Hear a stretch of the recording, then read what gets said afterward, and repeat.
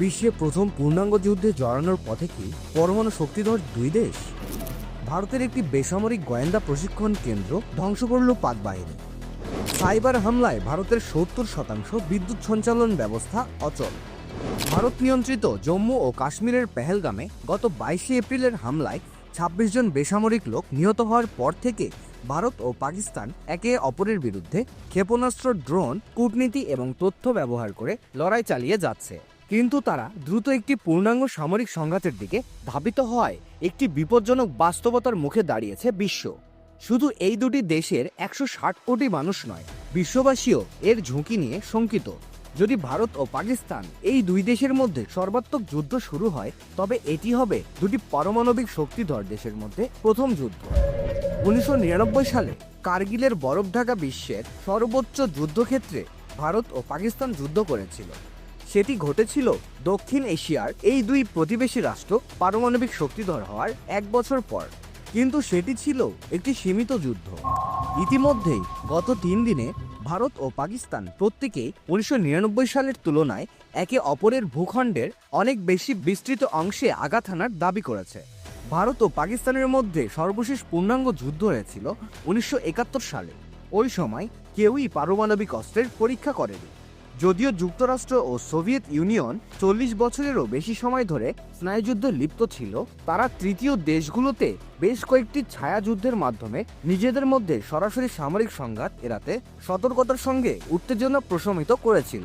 এর আগে পাকিস্তানের অপারেশন বুনিয়ানুম মার্সোস ঘোষণার আগে দক্ষিণ এশিয়া বিশ্লেষক মাইকেল কুগেলম্যান কিছুক্ষণ আগে আল জাজিরার সঙ্গে ভারত ও পাকিস্তানের মধ্যে রাতের এবং ভোরের সংঘর্ষ নিয়ে কথা বলেছেন। তিনি বলেছেন, তারা আনুষ্ঠানিকভাবে যুদ্ধ ঘোষণা করেনি, কিন্তু তারা কার্যত যুদ্ধ অবস্থায় আছে। ক্রমবর্ধমান শত্রুতা দেখা যাচ্ছে এবং আমরা দেখেছি ভারতের এই ধারাবাহিক হামলার পর পাকিস্তান প্রায় তাৎক্ষণিকভাবে প্রতিক্রিয়া জানিয়েছে এবং তারা লড়াই চালিয়ে যাচ্ছে।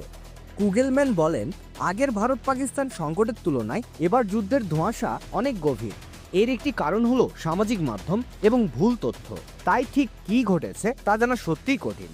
গত কয়েক ঘন্টায় কী ঘটেছে এবং কী ঘটেনি তা নিয়ে অনেক অভিযোগ উঠেছে।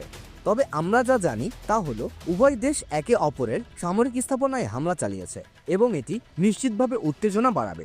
তিনি বলেন, আমার ধারণা বিমান বাহিনী একটি ডগ ফাইটের মুখোমুখি হচ্ছে। আমার মনে হয় ১৯৯৯ সালের পর এই প্রথম ভারত ও পাকিস্তানের দুটি পারমাণবিক শক্তিধর রাষ্ট্র যুদ্ধে লিপ্ত হয়েছে। ন্যাশনাল কমান্ড অথরিটি বা এনসিএ জরুরি মিটিং আহ্বান করেছেন পাকিস্তানের প্রধানমন্ত্রী শেহবাজ শরীফ। এটি পাকিস্তানের সর্বোচ্চ বেসামরিক সামরিক পরিষদ। দেশটির পারমাণবিক অস্ত্রের কমান্ড এবং নিয়ন্ত্রণ রয়েছে তাদের হাতে। একই সঙ্গে কৌশলগত অ্যাসেটসও তাদের নিয়ন্ত্রণে। ভারত পাকিস্তান উত্তেজনা ভয়ঙ্কর এক রূপ নিতে যাচ্ছে। দুই পক্ষই পাল্টা হামলা চালিয়ে যাচ্ছে। ভারতের অপারেশন সিঁদুরের জবাবে পাকিস্তান পরিচালনা করেছে অপারেশন বুনিয়ান উল মারসুস। এই উত্তেজনা এখন বিশ্ববাসীকে ভাবিয়ে তুলেছে।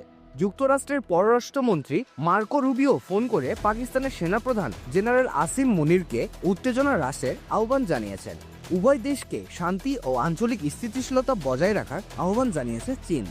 এমন প্রেক্ষাপটে শেহবাজ শরীফ এনসিএর জরুরি বৈঠক নিয়ে আগ্রহ রয়েছে পর্যবেক্ষক মহলে। কারণ তিনি কি পারমাণবিক অস্ত্র ব্যবহারের অনুমতি দেবেন নাকি এগুলো আরও সংযত রাখার আহ্বান জানাবেন, সেটাই দেখার বিষয়। অনলাইন এক্সপ্রেস ট্রিবিউন সূত্রের উদ্ধৃতি দিয়ে বলছে, পাকিস্তান শনিবার দিনের শুরুতে ভারতের উচ্চমাত্রার সামরিক স্থাপনাকে টার্গেট করেছে।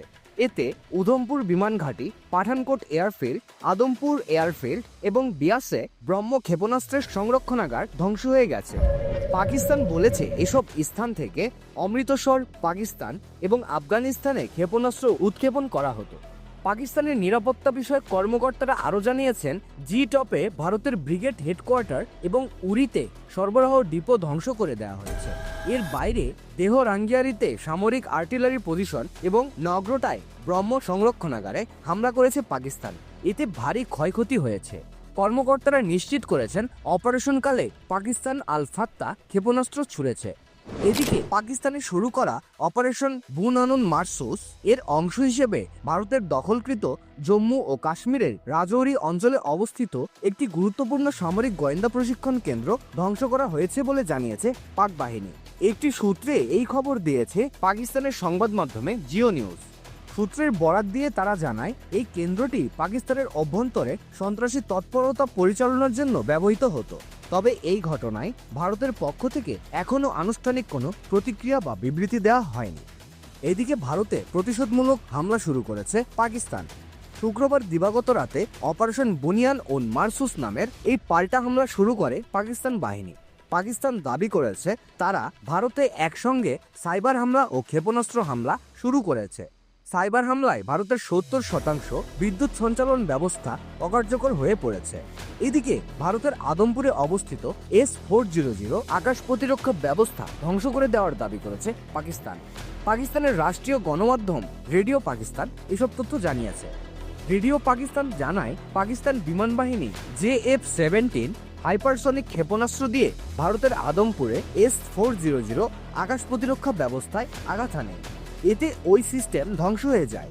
এছাড়াও বিয়াস অঞ্চলে ভারতের ব্রহ্মস ক্ষেপণাস্ত্র সংরক্ষণ কেন্দ্রটি ধ্বংস করা হয়েছে বলে দাবি করেছে পাকিস্তান। পাকিস্তানের ফেডারেল সরকারের এক বিবৃতিতে বলা হয়েছে ভারতের বেশ কয়েকটি স্থানে হামলা চলমান রয়েছে। এই হামলায় ভারতের উধমপুরের একটি এবং পাঠানকোটের দুটি বিমান ঘাঁটি ধ্বংস করা হয়েছে। সূত্র ডন নিউজ রেডিও পাকিস্তান।